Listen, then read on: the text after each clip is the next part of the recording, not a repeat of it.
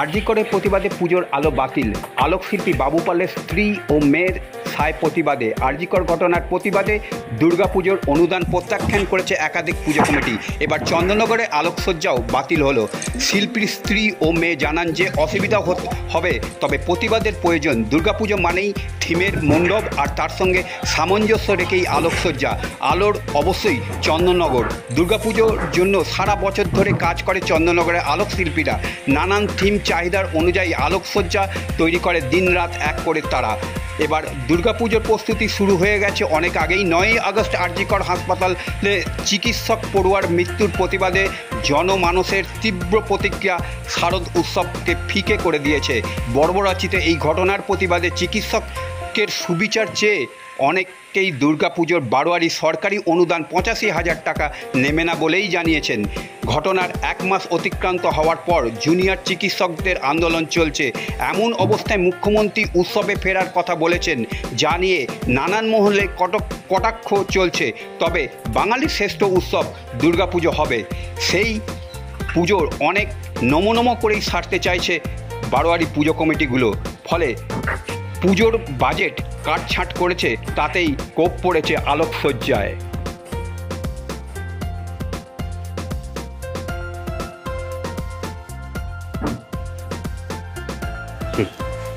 এই যে কিছু কিছু বাড়াবাড়ি এটা নিয়ে, যেমন তিলোত্তমা, এটাতে এতটাই একটা দুর্ঘটনা, একটা আমাদের, আর আমি নিজে মেয়ে হয়েও আমারও একটা এই জিনিসপত্র, একটা সেফটিরও একটা আছে।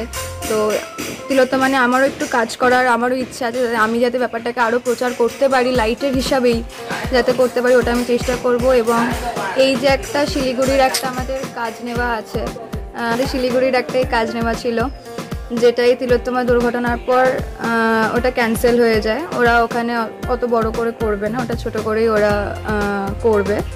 তো ওই একটা তো আছে। এবার জগদ্ধাত্রী পুজোতে আশা করা যাচ্ছে, এখনও অবধি সেরকম কিছু আমাদের কানে কিছু খবর আসেনি যে কী করা হচ্ছে না হচ্ছে, কিন্তু এটাই আপাতত চলছে।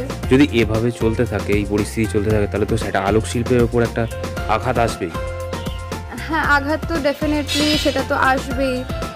তো এটা একটু এই কি বলবেন, এই যে মানে শিলিগুড়ির তো আপনাদের ক্যান্সেল হয়েছে। হ্যাঁ, এই যে এবার এইটা নিয়ে এবার আমাদের এই যে শিল্প, এবার আমরা কাজ করি আরও অনেক শিল্পীদের সাথে আমরা কাজ করি, আমাদের নির্ভরশীল অনেক লোকজন আছে যারা আমাদের উপর নির্ভরশীল আছে। এবার একটাও যখন কাজ কোনো রকমের কোনো ক্ষতি হয়, তখন সে শুধু আমাদের ওপরও না, আরও বাকি আরও 4টে লোকেরও সেটা ওপর প্রভাবটা পড়ে।